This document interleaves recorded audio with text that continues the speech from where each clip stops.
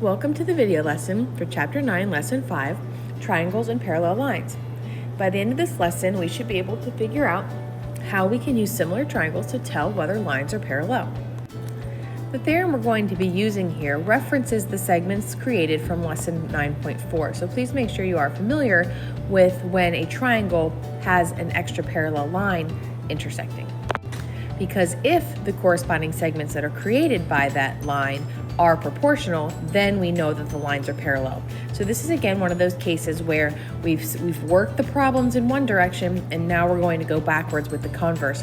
So now instead of being told that that extra line in there is parallel, creating proportional segments, now we're going to compare the segments to see if that extra line is parallel to that side.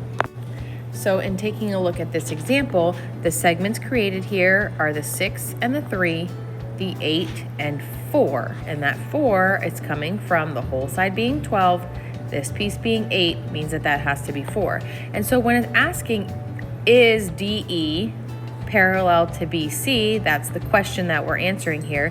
What we're looking to see is, are those segments proportional, which means one of two things. Remember, we are either simplifying the fractions and proving that they are parallel, or we are cross multiplying and proving that their cross products are equal. If they are equal, the simplified fractions or the cross products, whichever method you use to check, then we can say that yes, DE is parallel to BC. Still asking to compare DE to BC. I feel like that's supposed to be a C there and not an F, so let me change that real quick to a C.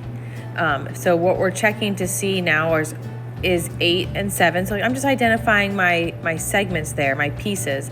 So I'm going to set up the proportion equation. Is 8 over 7, so that's this 8 and this 7, is that proportional to this 9, oops, it's a 9, this 9 here, sorry, over this 8 right there. And so we cross multiply. I'm cross multiplying here because I see these are weird fractions. 8/7 and 9/8 certainly look like that. That does not simplify. 8/7 is a regular fraction. 9/8 is an improper fraction. But again, I will prove that they don't work because 8 times 8 is 64, while 9 times 7 is 63. Their cross products are not equal, so these are not parallel lines. At this time, I want you to go ahead and try these next 6 on your own.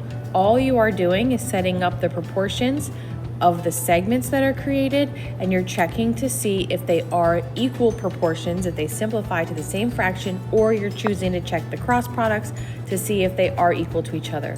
If they are equal, please write a statement, yes, AB is parallel to RS, or no, they're not parallel. So please go ahead and pause the video and work through these 6 problems. I hope you took some time to try these on your own.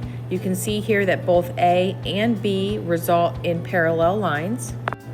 C and D are proven to be not parallel lines. E is also not parallel, but F proves that the lines are parallel. And again, these were all just checking their ratios. Now we're going to look to see if this segment inside the triangle, if there's a special property to it or not. And if this segment inside the triangle is a mid-segment, then there is a special property. So the mid-segment connects two midpoints of a triangle. So this is not any random possible parallel line here. This is a midpoint and this is a midpoint. So this is going to be called the mid-segment. The mid-segment is parallel and is half of the length of this third side. And we can call it the third side because it's connecting two midpoints of a triangle. So it's connecting the midpoint from this side and this side. So it only leaves one side left. So the mid-segment is parallel to this line, but it's also half of the length. Let's see how we can use that information to find some missing values here.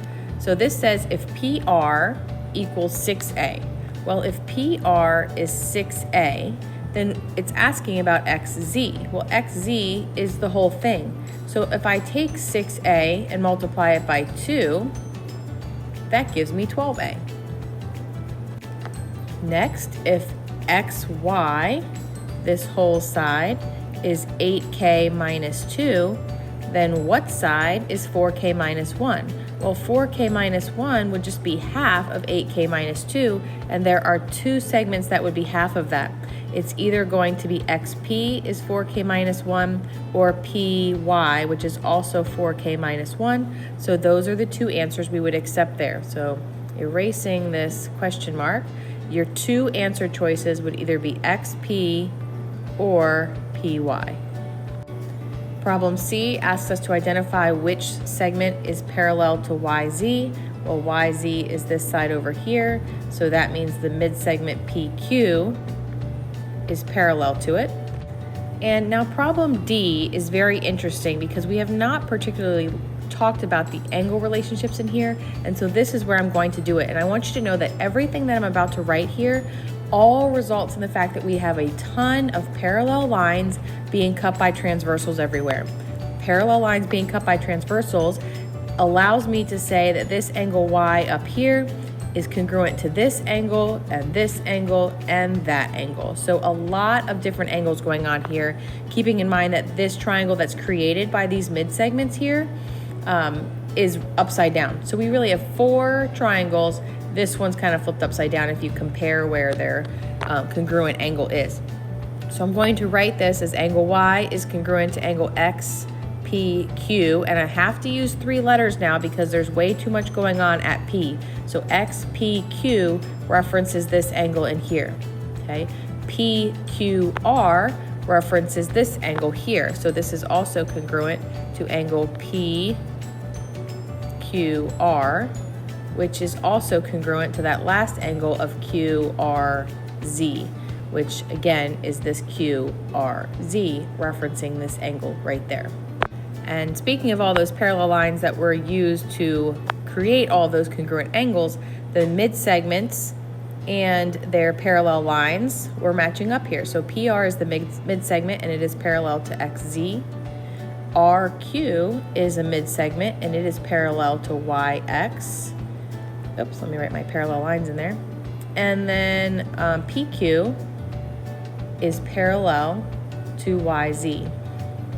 And when I ordered my letters here, I just stuck with the same direction. So RQYZ.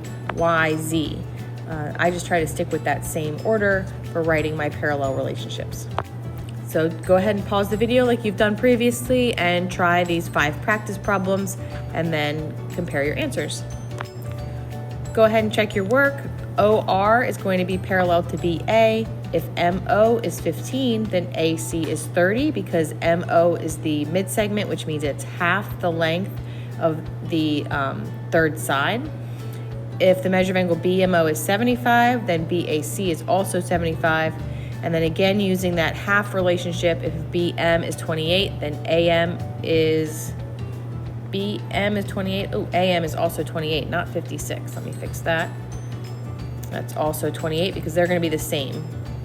They're going to be the same because that's what makes M is a midpoint there. And if BC is 74, then BO will only be 37 because that is half of that. And that concludes the lesson for triangles and parallel lines. So how can we use similar triangles to tell whether lines are parallel?